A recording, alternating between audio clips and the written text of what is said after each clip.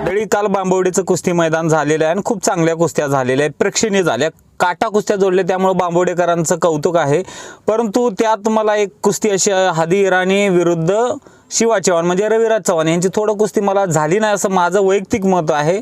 मला वाटते कारण की एक कोबा खांद्याचा भाग रविराजचा टेकलेला आहे, पण पाठ टेकलेली नाही। बऱ्याच ठिकाणी पाठ टेकल्यानंतर किंवा दोन्ही खांद्याचे टेकल्यानंतरच कुस्ती दिलं जाते आणि मला तर वाटतं ही कुस्ती झालेली नाही। रविराज चव्हाण याच्यावर थोडा अन्याय झाला असं वाटतंय। रविराज चव्हाण म्हणजे शिवा चव्हाण यांनी म्हणत होते व्हिडिओ दाखवा हे दाखवा, परंतु ते काही गोष्टी स्पष्टपणे दिसले नसावे किंवा पंचांचा निर्णय अंतिम, त्यामुळे ही कुस्ती हादी इराणीला विजय देण्यात आलेला आहे। तर तुम्हाला काय वाटतं या व्हिडिओतनं? तुम्ही हा व्हिडिओ बघा आणि तुम्हाला काय वाटते, खरंच रविराज चव्हाणवर अन्याय झाला काय आणि विजय कोण झालं? रविराज चव्हाण विजय झाला का हादी इराणी विजय झाला? सांगा। धन्यवाद।